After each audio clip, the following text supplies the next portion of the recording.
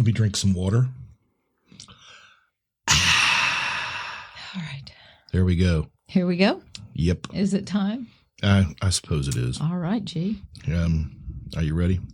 As I'll ever be. Push it.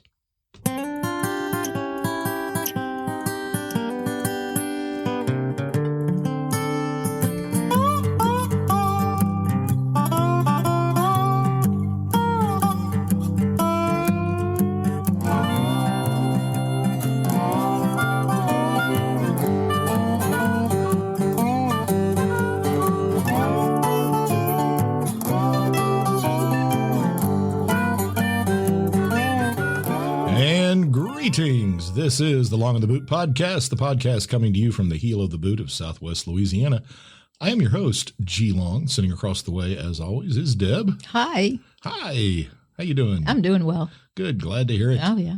Well, if you'd like to reach us, Deb or I, either one, you can email us at longintheboot@gmail.com. You can call us at 337-502-9011.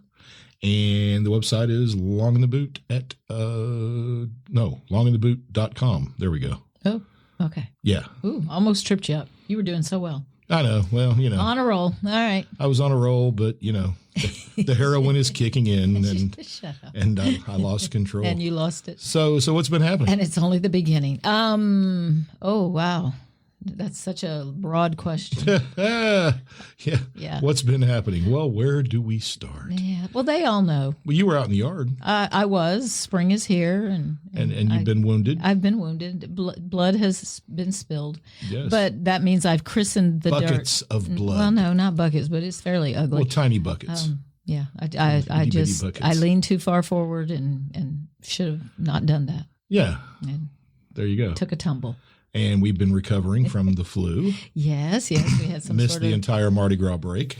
Well, we didn't miss it. No, we needed it. It happened on our couch and Thank God. in bed. Yes. But I think we talked about that last time, so we're moving on. Did we? Yeah, I believe so. I think there's been actually a little extra. Well, the last podcast we did the day after the president's mind-boggling speech. Yes. And he's given several others since then, but well, he gave one at the Department of Justice that literally sounded insane. I'm going to get back at all of my enemies. And well, he would like to make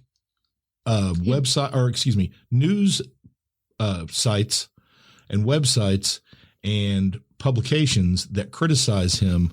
He would like to make that illegal, please. Yes, he would like to weaponize the Department of Justice. Correct. He said he's going to wield weaponize it as his whim. He believes the Department of Justice works technically for him, but my answer to all of that always is no. All of you work for us. Yes, you work. That's what the founding fathers intended with this whole popular sovereignty thing. But I wouldn't expect people who can't read to know that. And so, you know, you're making a bold. I don't think Trump is functionally literate. Oh, I really don't. Okay. I think he can read words, but I don't think he understands all the words. Well, example today. Yes. Was he said that he was being a bit sarcastic when he said he would end the war between Russia and the Ukraine in 24 hours. Yes, as quickly as that. Well, that is not sarcasm. That is, in fact, hyperbole. Yes. And I am convinced that he didn't use the correct term because, one, he didn't know what it was, and two, couldn't possibly pronounce it correctly. He would pronounce it like a child and say hyperbole. Hyperbole. And so rather than do that, he said being a bit sarcastic. Yes. Now, sarcasm actually would be more like, I think Donald Trump is doing a great job. That's sarcasm.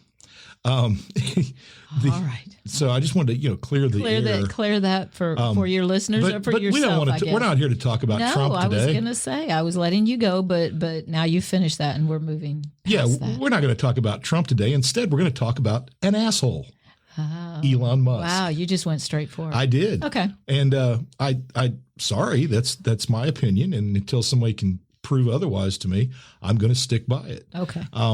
Not just because of the various interviews he's given with Joe Rogan, but a particular statement he made while in the most recent interview. So you've got one particular thing that is the worst, really, do you think? The encompassing idea? Well, we know all of the things he's doing right now. For instance, butchering departments in the government. Yes. And I know a lot of people say, well, we have to cut the size of government, which, hey, I'm all for making the government more efficient. But you don't do that. The firing should have been done with a scalpel. Instead, they've been done with a chainsaw. Yes. His special blinged out chainsaw, I guess.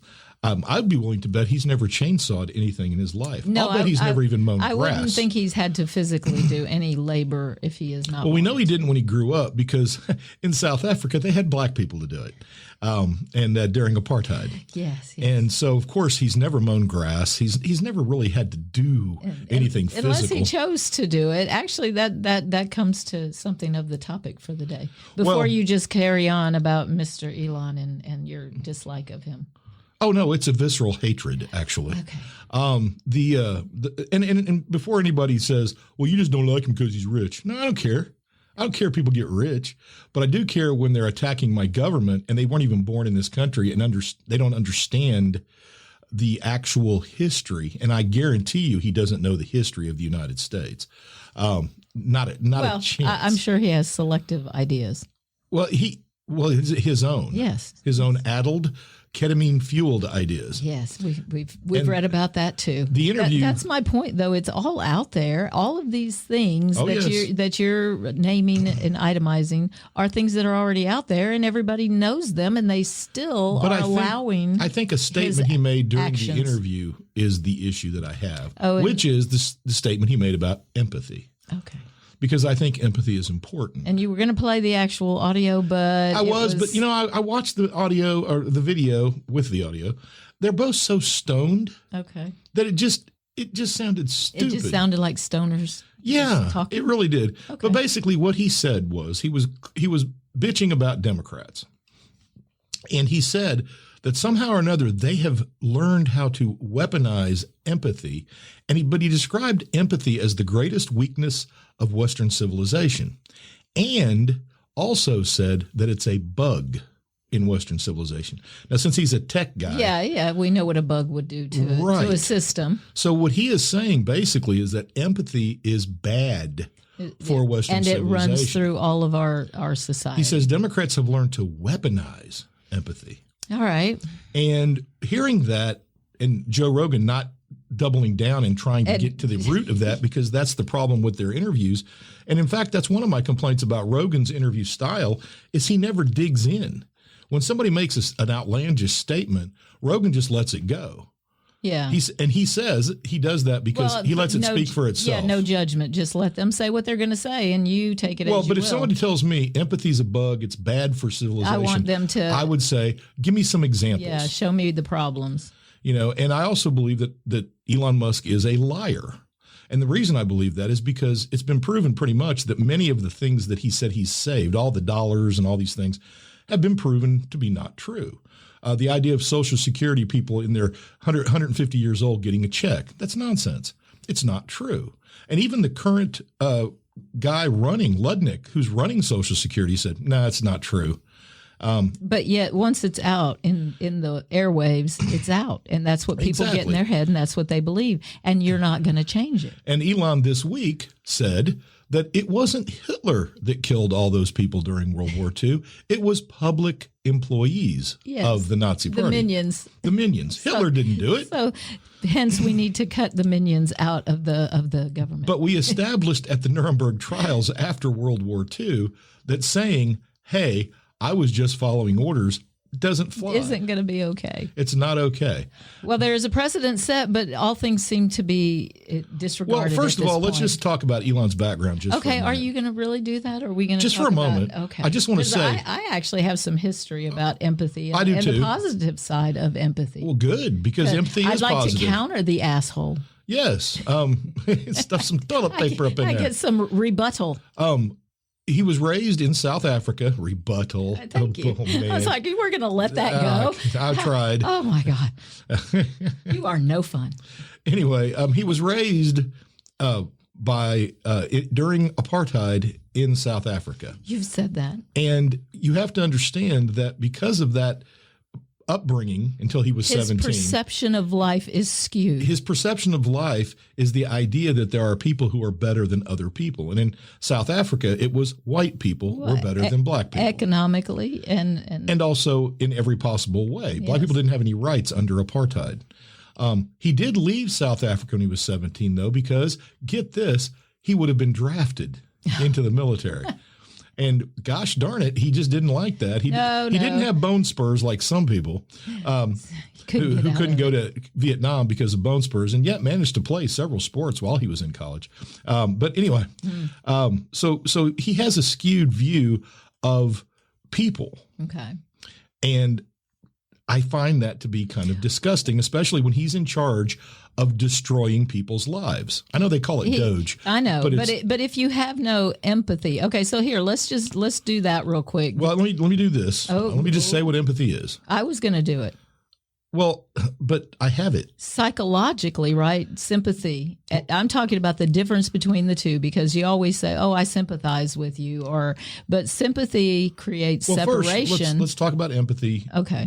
Empathy is described as the ability to take on another person's perspective, to understand, feel, and possibly share and respond to their experience. Yes. There we go. It fosters a connection with the person. Correct. It's not just you saying, "Oh, I feel bad for you," because that's kind of a judgment. That's coming at it from a pity. Well, it's an I statement. And that's a sympathy. And sympathy is fine. You need it. You need it for the sympathizing with somebody who you're maybe not really close to. But, you have to to empathize with somebody, you have to see them as another human being. Right. You have to be able to make that emotional connection. And, I guess if you're religious, you would say, there but for the grace of God go I, because it could be you at any time, and you understand that. Right. That's why Jimmy Carter built houses for people. Oh, you mean that terrorist organization, Habitat for Humanity? That man who is our modern example of true empathy. He understood. So, and Habitat for Humanity this week was put on a list that they wanted to shut down their bank accounts because of their anti-whatever bias. Yes. So there you go. That we've got a current administration wants to shut down Habitat for Humanity. They want to stop giving the money to feed the canines across this country that work for TSA, our bomb sniffing dogs. They don't want to pay for the vet, the kennel, the food. There are like 3,000 like 30,000 of these dogs across the United States at airports. And but they're just dogs. They're working dogs. They're a resource. They do an important job. It's like, okay, so now we want to take them away from the airports. No bomb sniffing dogs. How do you feel about that? Yeah. It's like, I'm already concerned to get on a plane. Hey, if somebody wants to bring a bomb on a plane, that's their business. That. I like the idea of a puppy out there sniffing. We don't need bombs to crash planes. We just need to cut air traffic controllers. Okay.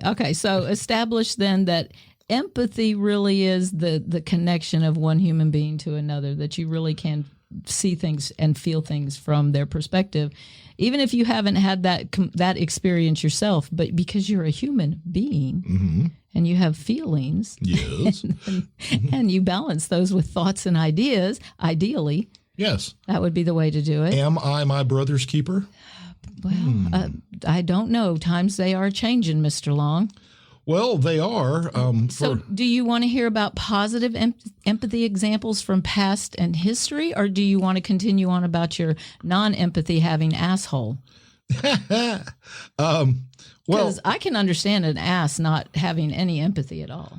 Oh, well, absolutely. That really isn't much of a surprise. No. I find it interesting that empathy has so many variables.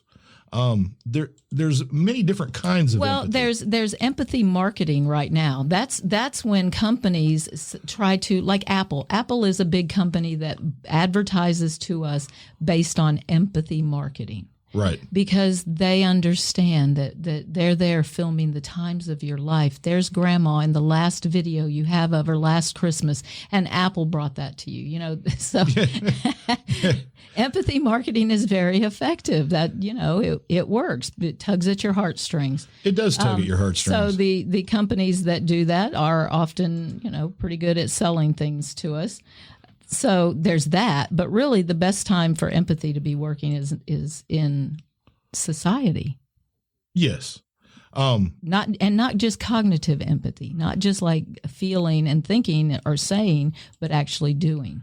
Well, you have to do. So throughout history, we've had a number of people who have been known for taking on empathy and showing it in an extreme way.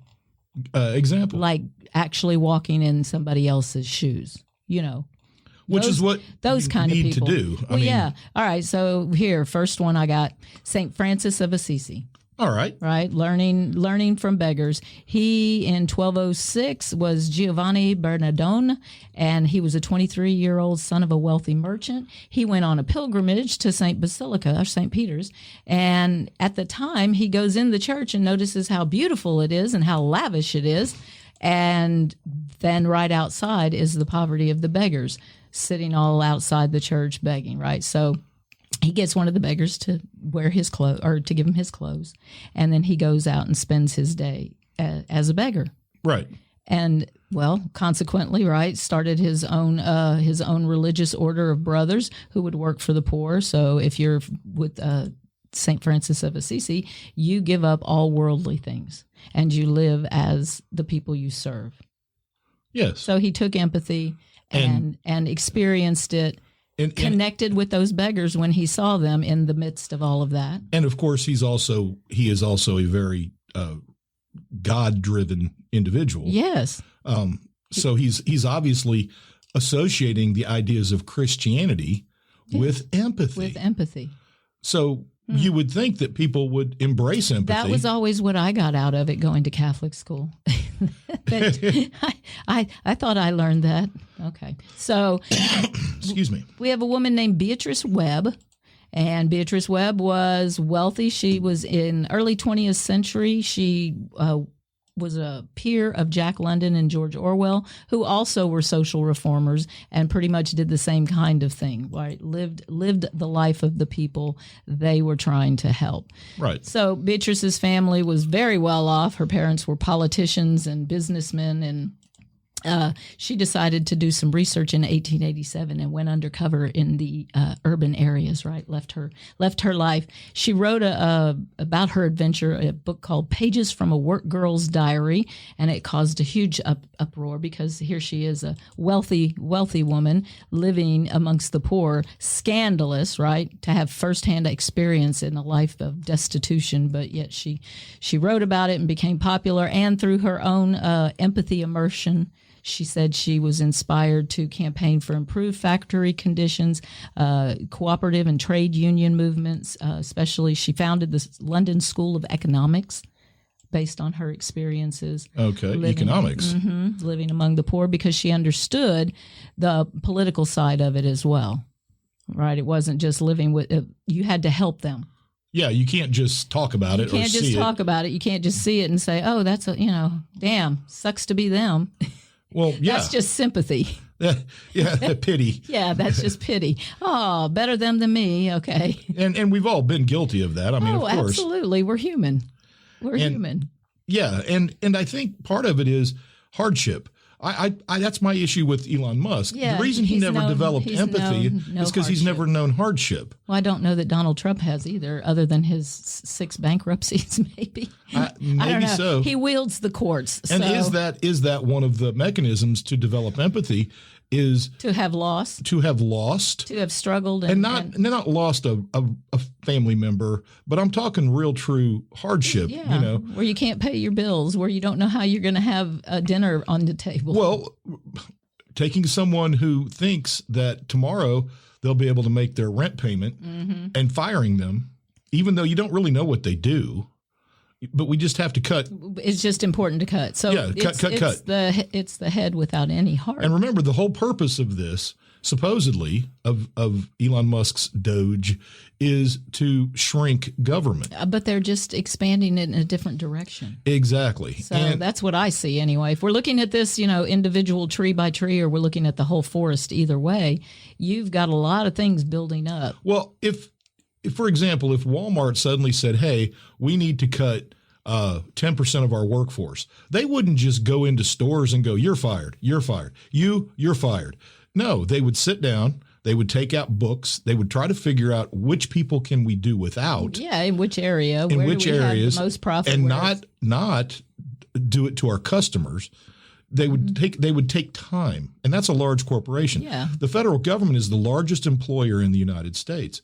And you're going to tell me that from January 20th to now, they have figured out that all these people that they have fired were all dead weight. I don't believe that for no, they haven't had time to discover that. No, there's been no time. They've just gone in and slashed and burned whole departments. You'd like, as an employee, to think that you'll be judged based on your performance. And you might say, well, that can't be true. But look at how many people they've had to hire back after firing them. That's without the judge's order, which they're ignoring, by the way. There are plenty they're ignoring. Okay, so I have one guy here who did something really extreme. Okay, what did he do? In 1959, a white Texan named John Howard Griffin decided that he wanted to know what it was like to be an African-American man living in the Deep South. So he used a combination of sun lamps, pigment darkening medication, dyed his skin black, and spent 6 weeks traveling, working in Louisiana, Mississippi, Georgia, South Carolina.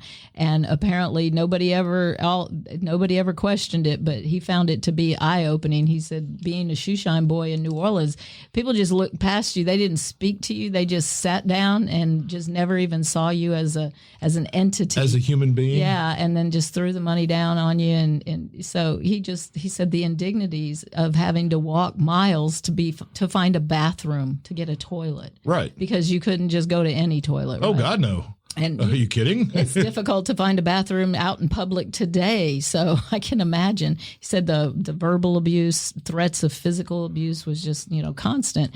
So he wrote about his experience. He had a magazine called Sepia at the time in 1959, and they had hired him to do this experiment. So it was just, it really did let American civil rights activists see that there were white people too. Yes. And it kind of brought everything together, right? Because we know what's coming in 1959. We know what's coming in America. He got widespread attention. He ended up working with Martin Luther King Jr. So he said, if only we could put ourselves in the shoes of others to see how we would react, then we might become more aware of the injustices of discrimination and the tragic inhumanity of every kind of prejudice. Yes. True empathy. Well, I have a person who did an amazing act of empathy. Yeah, it's a little fellow that some people might have heard of named Siddhartha. Oh, yes. And Siddhartha he did the same thing. Was raised in the lap of luxury. Yes. He was a prince. Did not want for anything. He wanted for nothing, but he had conflict in his heart because he didn't know anything else and knew that something was missing. So what Siddhartha did was left his luxury, his lap of luxury life, and began to try to experience the world as it was, and came up with quite a number of things that all kind of lead towards empathy. Number one about empathy, he said, hardship is required to humble oneself and to develop empathy. Hardship is required. He says true empathy is to understand the pain that you have inflicted on others as you experience the same pain inflicted upon you. If someone makes you feel hurt, think about the times that you've done the same thing to someone else. True empathy arises from understanding and knowing that you have made someone feel as upset as you feel in the moment of pain and hardship. And he went on to talk about a lot of things. Love, which went right along with empathy. And he said that the nature's greatest gift is love, the ability to have love and to love one another. And gee, that sounds familiar, doesn't it? Yes. I don't know whose message that might be. And as you pointed out with empathy, action is required. Yes, you have to do something. Siddhartha, you might know him better as Buddha, yes, said that. And he was praised for his ability to spread good deeds and doings and to give people hope. And Siddhartha, by the way, did not believe in the religion of Buddhism. That came later. No. He just reached his point of enlightenment. But what he said was, you can always trust someone's actions before you can trust their words. He said, words are easy to use, but actions are what defines a person. Yes. And that goes right back to this idea that Musk said with empathy is a bug. Well, a fault in the system. Yes, and there's no fault in people caring for one another. No. Well, that's the age of enlightenment, right? Isn't that what we came from? Everybody wants to talk about the backbone of America and what we are as a country. We are the children of the Enlightenment. Yes. It's that idea, that spark, that we are all human beings. We all have the same everything. There would have been no Renaissance and no Enlightenment without empathy. Plato, who referred to empathy, and so we're talking people even in the time of Plato in ancient Greece were discussing this idea, even though they didn't call it empathy yet. But Plato said that the Greek for empathy was the highest form of human knowledge, that nothing is greater than your ability to put yourself in someone else's place and understand how they can see the world and feel the world. Yes. So, but something else Plato said, empathy is hard. Yeah. It's very, very hard. And so I think that's what's missing here is we have a bunch of people who believe they're doing good, but they don't understand empathy. Yeah, but they have no empathy for anybody that they're affecting. And so they are affecting a lot of people. And I don't believe that empathy is a weakness. As he said it, he's the greatest weakness of Western civilization. It's how we solve problems. It's how we come to understandings and we find the middle ground between different points of view, and we can live better lives and not be in fear all the time. They're always trotting out the founding fathers for America, the founding fathers. They would not have built the society we had without empathy. And this is the kicker. It is hard, and proof that it's hard is the fact that none of them could come around to the idea of ending slavery. Yeah. They could do a lot of things, but in order to have slavery, you have to look at those people as less than you. And so you don't have to put yourself in their shoes. Mm-hmm. And clearly, for slavery to have lasted as long as it did, there were a lot of people in Western civilization not doing that. And if empathy is such a bug in Western civilization, why are all the horrible things that we've done in Western civilization, the wiping out of Native Americans, the stealing of their land, slavery, and I could go on and on and on. You mean history? Yes. Yes, the events of time. If we can't look at those things and say, well, it was wrong. Yeah. Now, what a lot of historians like to do is say, well, you can't put yourself in their position because of the time they lived. No, what I'm saying is clearly empathy was lacking. Yes. In a lot of individuals. Now looking back, that was a mistake. Yes. Can we at least admit to the mistakes? And that empathy. And there's nothing really to be done. You just move on and don't make those mistakes again. That's how you prove you've learned something as a society. Right. And so I find, again, I keep going back to that idea. The greatest weakness in Western, who says something like that? Well, the man who's in the number 2 position running our country. I thought that was the vice president. Well, actually, I don't know. I don't know anymore. I'd like to sit here and be knowledgeable and say that I understand, but I don't. I've gone past that. The word empathy actually doesn't appear in the English language in print until 1908. Yes, exactly. Isn't that crazy? I did see that, yes.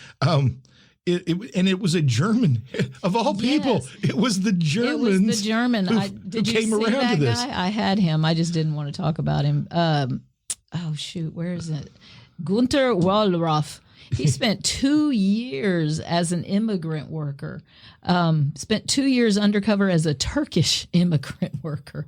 And he did not have to because he came from a wealthy family. There were 2 others, actually, I thought were interesting enough to share with our audience. And you. I share it with you, too, because I like you. Well, I appreciate that. I like you, too. You're all right. You're a bit all right, sir. This woman, Patricia Moore, she was a product designer of products for all ages. So today she is one of those big people in the experiential empathy. They call that experiential empathy because you're experiencing the empathy, right? So she, in the 1970s, when she was 26, dressed up as an 85-year-old woman.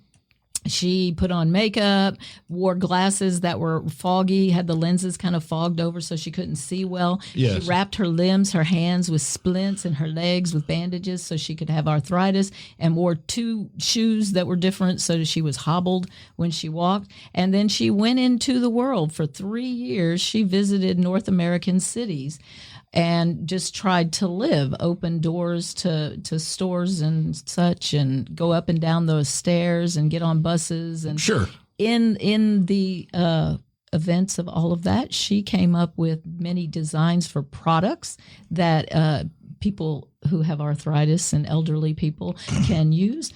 She is the reason that we have the Americans with Disability Act. I don't know if we still do. That may have been gone in the last 20 days, but... No, we still have it. Now, would they like to get rid of it? Probably. I guess they might, because we have all. Does that fit into DEI? We have all those ramps now. So really, do we need the ramps? Because people aren't going to get jobs just because they're in a wheelchair anymore. Yeah, no. You're not going to get that. She was a campaigner, though, for senior citizens' rights. She got the Civil Disabilities Act into law. And now, after all of that, she's probably dead now. I don't actually know when she died. But her latest project was rehabilitation centers for war veterans, people with missing limbs and such. And she says her whole approach is she is driven by empathy, understanding that our world is not a one-size-fits-all. No, it's not. And in fact, we are old enough to remember when it didn't exist. You didn't have it. They didn't have special doors. There weren't ramps. There weren't ramps for people. Yeah, we built a world, and this goes back to the idea that people build the world that suits them. Yeah. Well, the world was built by people who did not have these problems. Yes. And so what empathy does is it requires you to put yourself in the position of those people and to try to figure out what would make their life easier. Actually, want to be helpful. And we're really not trying to make it easier. We're trying to make it equal, if you think about it. Yeah. And if you want to go into a store and you're in a wheelchair, you should still be able to go into that store without having someone carry you through the door. And to make it part of the building code is an easy step. Yes. It doesn't require a whole lot. Does it add some cost to your building? Yes. Yes, it's going to add some cost. However, you now can have people in wheelchairs come and buy from you. So you're increasing your revenue. So it should balance. So there's out. a win-win going on. Oh, and it's good, friendly. You feel good. Yes. You feel good about going there because they have the facility that enables you. Well, exactly. So, and empathy is not just a one-size-fits-all thing either. There are different types of empathy. You have the emotional empathy where you can respond to another person's mental state, but you also have cognitive empathy, which is understanding another person's perspective. Yeah. And there is a difference. Yes. Feeling what somebody else is feeling but knowing their perspective are two different things. Well, yeah. And I don't, some people, I didn't live that life, but can't you imagine it? I can. I would hope. I've never been that rich, but I can actually imagine some of the difficulties they might have in life, and then many of the things that would be a privilege that I don't get. But you can see it, can't you? I would think. We surprisingly we have a lot of evidence that human beings are not the only ones who actually have empathy. How about that? Animals, yes. Yes, animals have empathy. Apes have empathy. Dogs, through studies, have shown empathy. And the way they did that study was they got children to mimic crying. And they had their dogs in the room, and the dogs would come put their heads in their laps. Of course they would. Because they knew the child felt bad. Even Adam Smith, the man who created capitalism, said that the act of perspective taking is required for capitalism to work, and it's the ability to change places in fancy with the sufferer. So then that's really what we've lost. Businesses no longer care about us. Right. At least, I won't say businesses, because obviously there are businesses that do. Well, that's true. We talked about some. My worry is that we're filling our government, the so-called swamp that we're cleaning out, but we're really just replacing a lot of the people with people who seem to lack and spending the money empathy. In other places. Yes, of course. And many of them are not qualified for the job they've been given. That may be true. Well, if you have children, though, true. What's really crazy is if you have children, if you are rich, ridiculously rich, and you have nannies and various other people to take care of your children, yes. like if you grew up in, say, South Africa, then you don't develop empathy with your child. And that's probably where empathy truly began, was the need for mothers to care for children. So you're saying mom wasn't coming in and getting enough hugs? Maybe so. Maybe so. I mean, we know he had a weird family. Are making a generalization about what we know about his Well, I do know that his maternal relationship. Well, his dad had sex with his with his stepsister. Oh. So, there's some weirdness going on there. Well, I'm just saying. We live in the South. What are you trying to say? What am I trying to say? My goodness. Well, they talk, they say things allegedly. Allegedly. I have one last guy, if you want to do one last history one, because he was my favorite. Yeah, go ahead. Okay. So the top of this poll, because there are several polls about great people in history who were empathetic, who did something, a little extraordinary. A little? to show their empathy. Well, this guy, it's that the old can change too, I guess, is the lesson I got from this guy's story. His name is Claiborne Paul Ellis. Claiborne. He was born into a poor white family in Durham, North Carolina in 1927. So he worked in a garage during his childhood and youth. He thought blacks were, the cause of all his troubles. So he, like his father, joined the KKK. He eventually rose to the position of exalted Cyclops of the Durham chapter of the KKK. Amazing. Yes. All right. So fast forward 1971. He's invited to a 10-day community meeting to help solve racial tensions in the schools in North Carolina. Yeah. They had racial tensions? Apparently. So C.P. Ellis, as he was known, was chosen to head the race committee jointly with a local black activist who he hated. Her name was Ann Atwater. Okay. However, working with her completely just changed all of his prejudices about African Americans. He saw that she had shared the same problems of poverty as he had. They were not real enemies. The real enemies were the white businessmen and the politicians who kept their wages low, pitted the blacks against the whites. He said, I was beginning to look at black persons, shake hands with him, and see him as a human being. He recalled of the experience over that 10 days. He said, something was happening to me. It was almost like being born again. On the last night of the meeting. Perhaps he was and just didn't know it. Well, I guess if he wants to attribute it to that, whatever the change was, I would like to think it was this woman, Ann Atwater, and just who she was as a person, and maybe everybody else that was there trying to solve problems and being empathetic towards one another.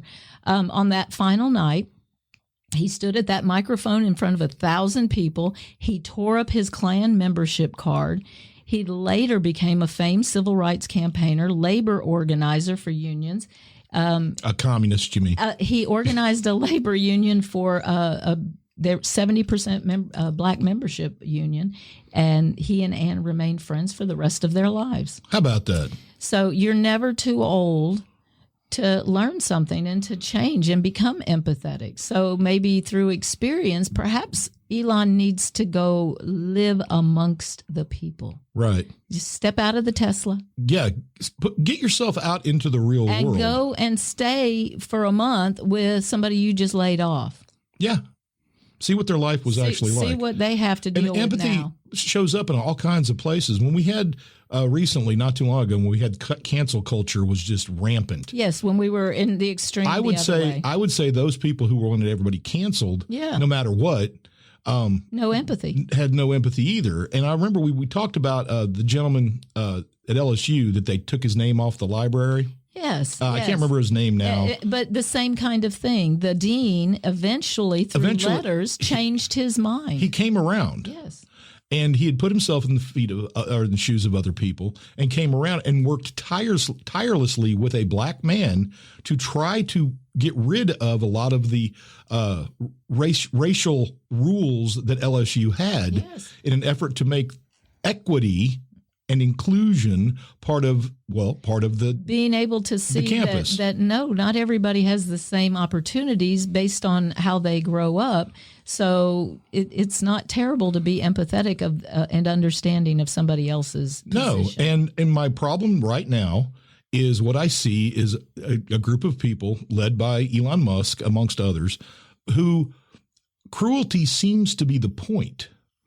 And that's the part that's bothering me the most. No, the part that bothers me the most is that we have a number of people who are on board for that. Right.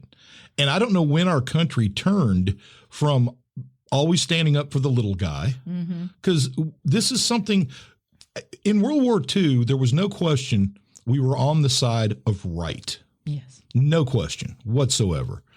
And since then, it seems as if we keep wanting to step into the other path. You think it's video games? No, I don't think video games. I think social media might be part of it. In the 70s, they would have said it's TV. And then in the 90s, it was video games. And so what's making us less caring? I'm not really sure. We constantly hear people trotting out this is a Christian nation.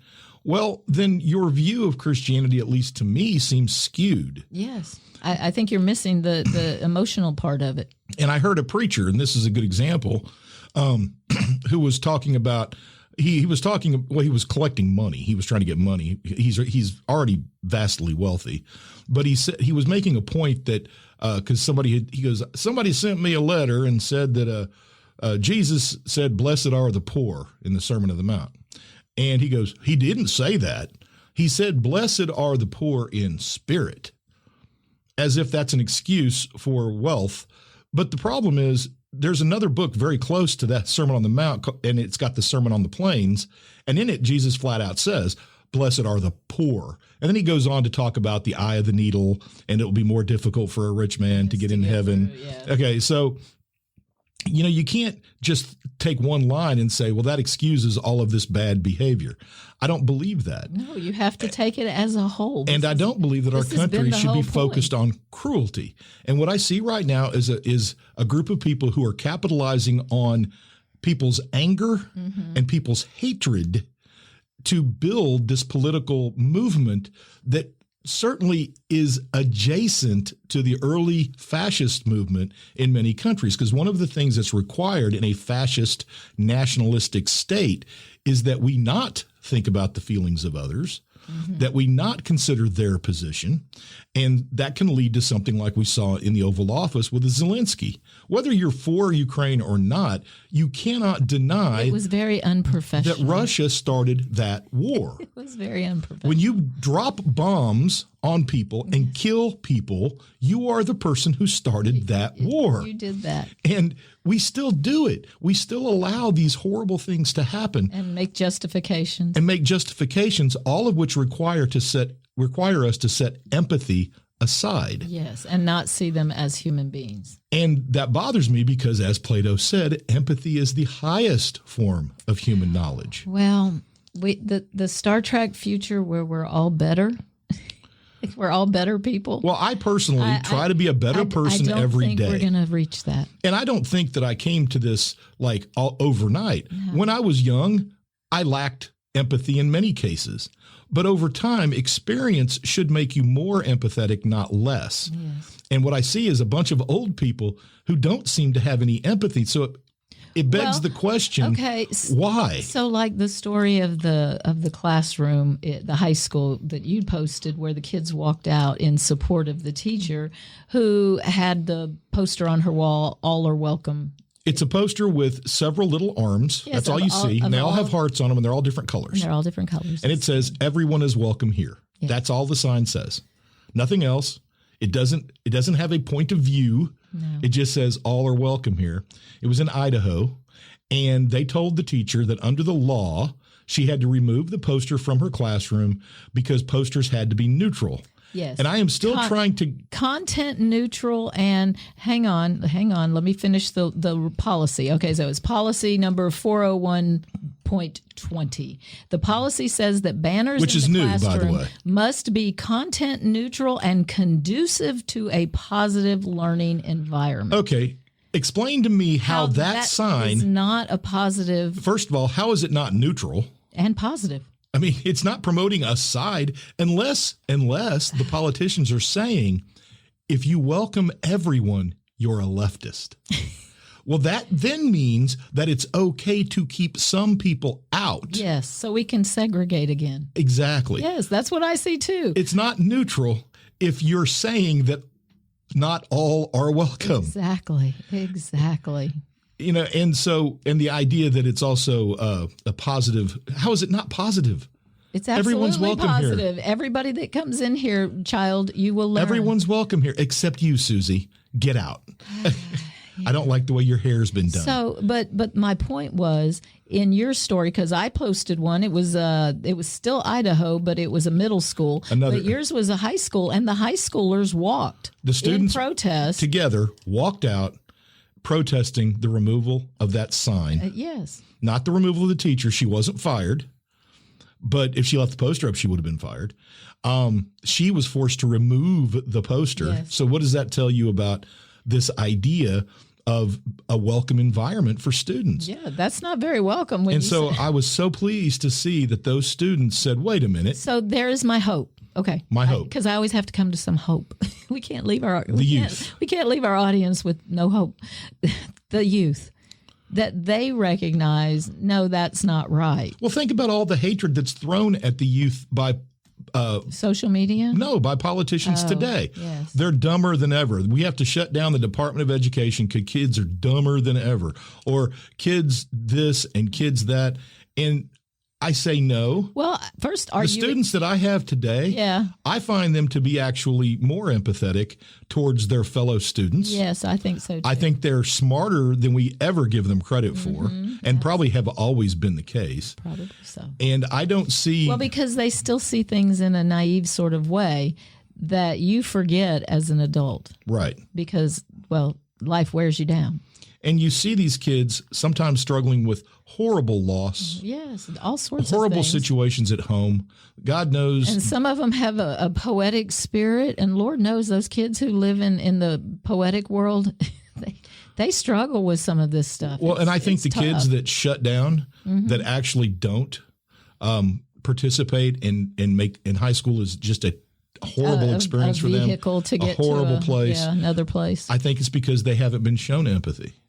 Maybe so. And they know. That's the other thing. People know when somebody's not empathetic towards them. Yeah.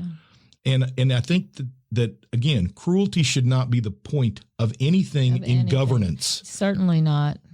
Well, and governance shouldn't be part of the social conversation.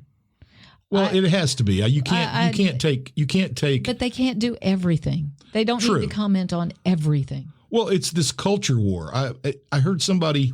I talked to a friend of mine, and he was talking to his coworkers about the loss of money from his 401k in the last 20 days. Yes. And he pointed out that the last time this happened, it took 2.5 years, and it was in Joe Biden's presidency. Yeah. This took 20 days. And $100,000 in value in 20 days. So he's talking about that at work, and they said, well, yeah, but at least they're getting rid of DEI.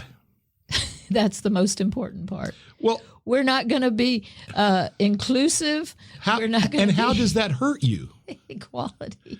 You know, they're taking links. You have a job, so clearly DEI didn't take your job. Well, we saw this week with the removal of pictures from the Pentagon database, where they removed the first black soldier who got a Congressional Medal of Honor. Because now their story's not valid. Understand, on the website for Arlington Cemetery, they're removing links that used to be there for educational purposes, for instance. So, like, if I'm doing research on one of the first black people put in Arlington, buried there, maybe they're my family Congressional Medal of Honor, actually. Yes.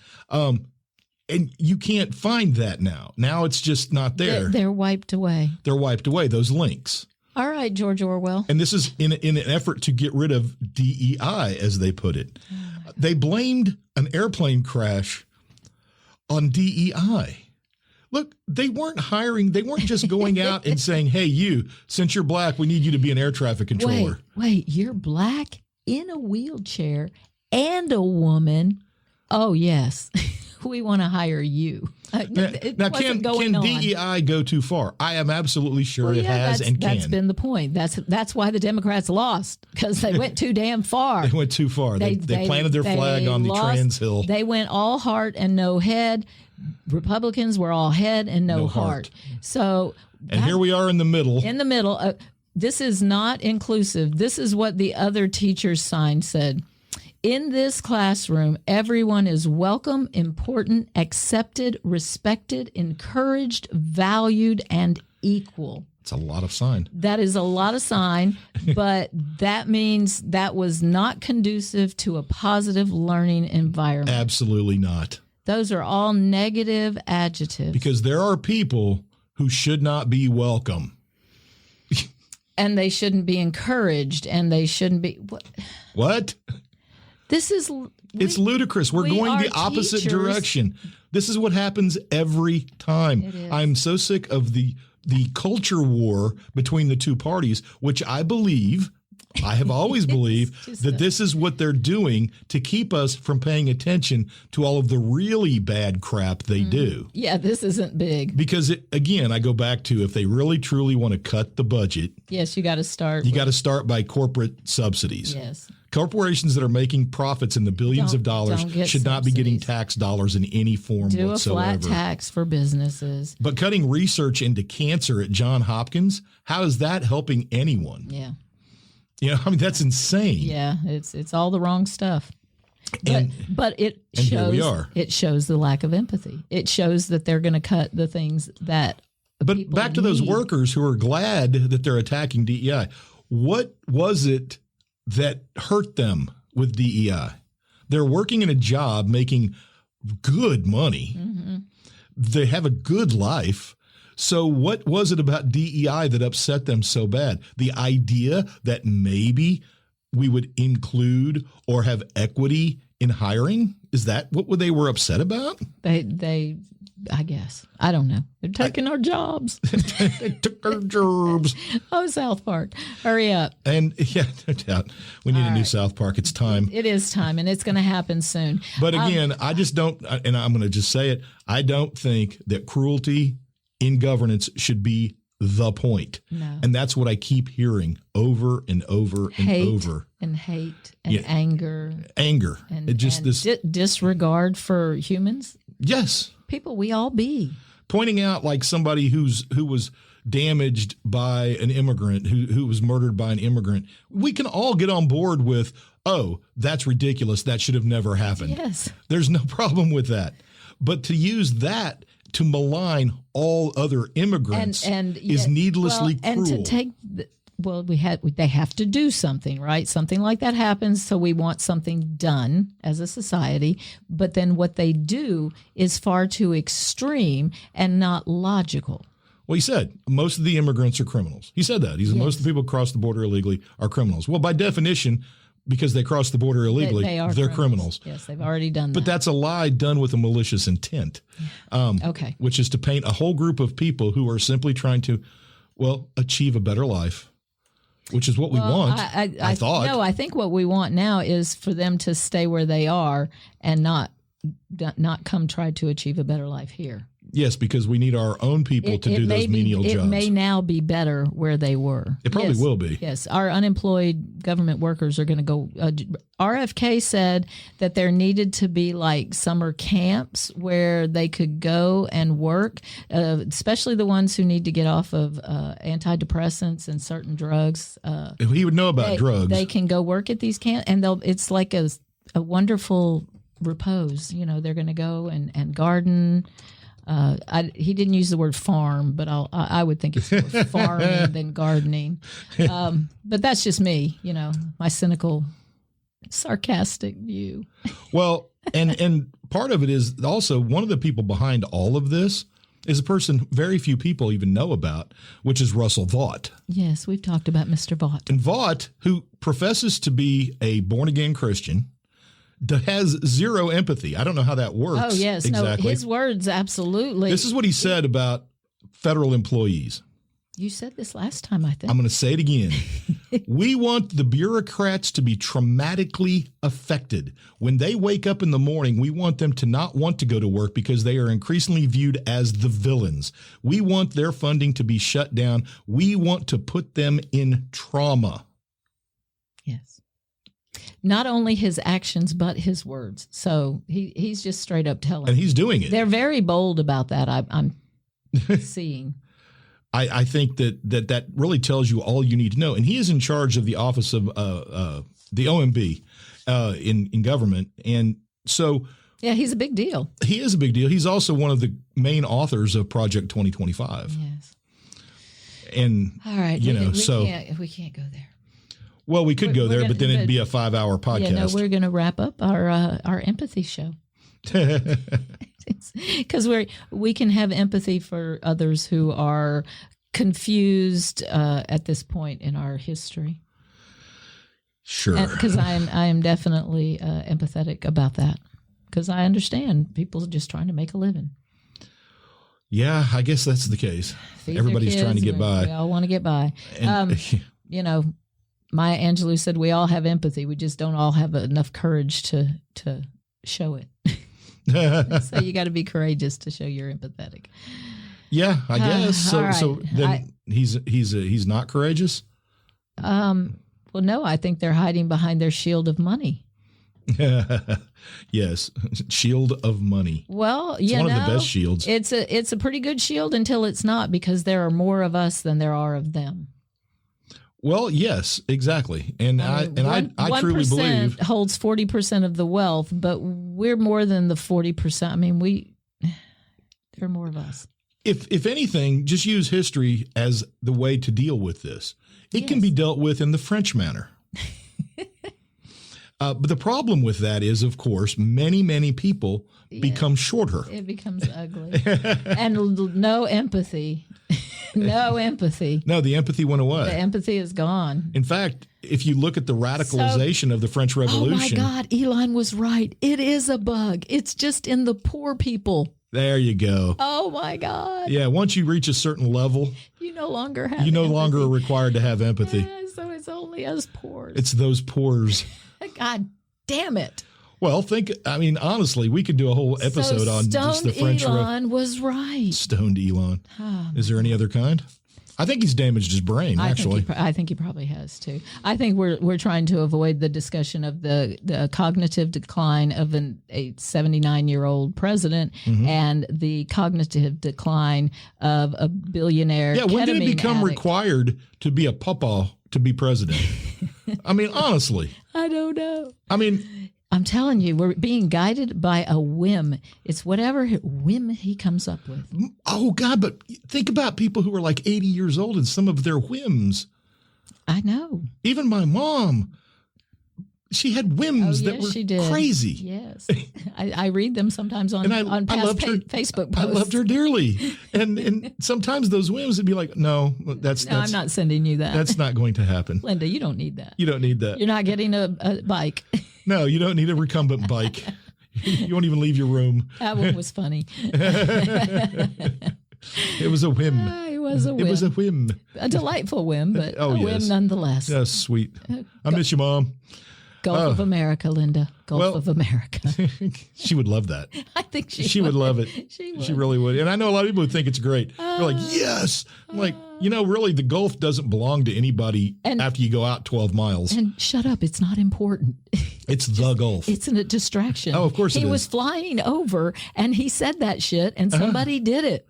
Actually, they need to stop it. I think that somebody realized that because of some rules that were put in place to keep us from being able to drill in the Gulf of Mexico as it's written down, they just said, well, we'll just change the name. Change the name. And if we can't drill in the Gulf of Mexico, we can sure as hell drill in the Gulf of America. Yeah, baby. Yeah, baby. Drill, baby, drill. All right. Well, we know how their jingles work.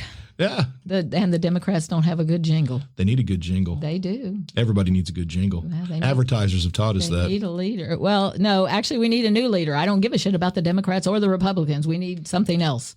Yes. Some middle. Yeah. Middle. I don't know what we're going to call it.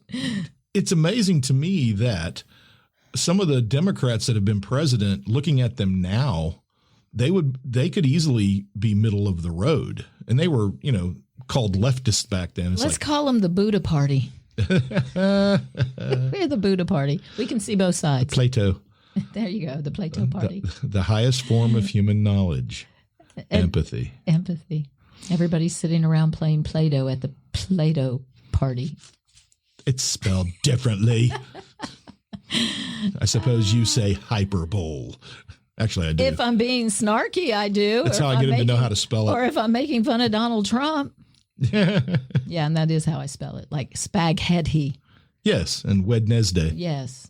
I got it. Yeah, there you go. I never could get necessary down, though. There's no way. Okay.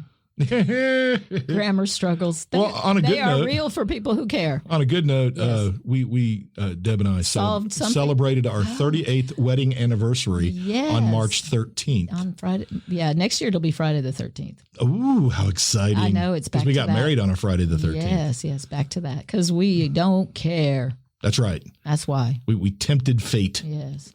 Yay. Yay. I think we won. We're 38 years married. 42 together. And 30 great years. Oh, shut up. You all know that's a bunch of bull. Of course it is. Of course it is. You know why? Do you know why you love me so much? Empathy. Maybe you have some of that because I would have kicked you to the curb otherwise, because I definitely can shut off the empathy. Oh, yeah. I can turn that off. Somebody said that the other day in class. They said, Mr. Long, do you cry? I said, oh, yeah. Yeah, men are way more emotional than women. And he's like, what? What? I said, well, yeah. I said, your attitude that you think women are more emotional than men? No, women can shut that shit off. How many women do you know ordered the bombing of innocent women and children? How many? Yeah, but there's lots of guys you can name. I said, who's the more emotional? I want to kill every last person over there. No, right? Women would be just like, I want to figure out some way to make them feel bad. That's irrational. But me personally, you love me personally. Yes. Because I have my joy and I take it wherever I go. You've pointed out that it is portable. It is. And you can take it anywhere? Anywhere. I try. I do try. You're better now. Oh. It's wearing off on you. Wow. Yeah. I'm wearing you down, baby. 42 years. I'm wearing you down. Yeah. That's the secret to happiness, folks. You just got to wear them down. That's it. I'm weakened. I can barely move. I'm like a vampire with no blood. My joy is like a weight on you. That's it. The old ball and chain. Spring has sprung, people. It has. Yes. Well, you know what? I feel like. You feel better now? I feel a little better now that I've gotten this off my chest. You've unloaded your asshole-ish ideas? Well, no, my ideas are not asshole-ish. My ideas were about an asshole. Oh, that's right. Named Elon Musk. I forgot how we started. Okay. And by the way, we've come full circle. Can you call him that? Yes, I can. It's America. I have a First Amendment right. And if somebody says, well, it's not very nice, you're kind of slandering him, I could say, well, it was hyperbole. Hyperbole. It was just a lot of hyperbole. Okay, so Elon Musk is allegedly an asshole. But that implies that more people think it. So, interesting. Somebody else alleged it. I just signed on. You just joined it. Yes. I believed that for a while, actually. After seeing several interviews, yes, listening to him speak his gibberish, and people go, "Oh, it's so profound." No, it's not. With his pretentious accent.